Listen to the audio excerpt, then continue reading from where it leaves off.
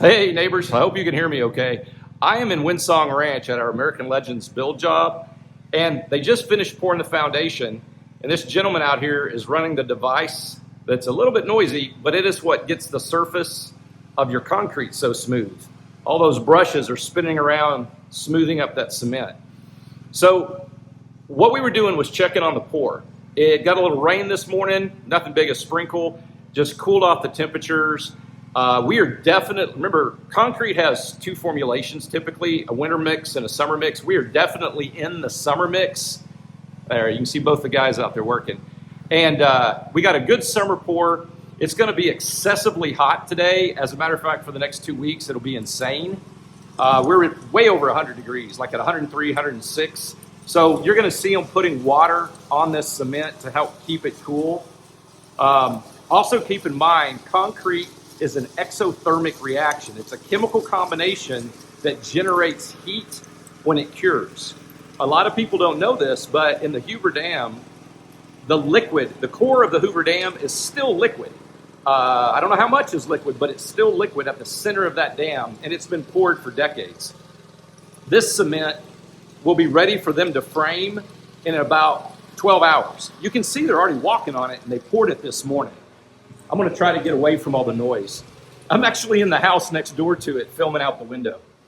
So one of the things that you need to keep in mind about your cement, it is an art form at this point. They do a soil analysis. They have engineers that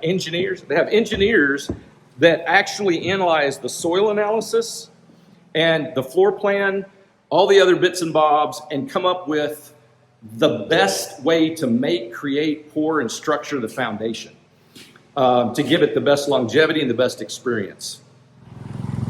All right, guys, I'm getting old, man. When I spun you around, I forgot to press record, so I got to do this all again. Overall, the pour looks pretty good, but I've not been able to walk on the concrete yet because the guys are working on it. But it is looking pretty good.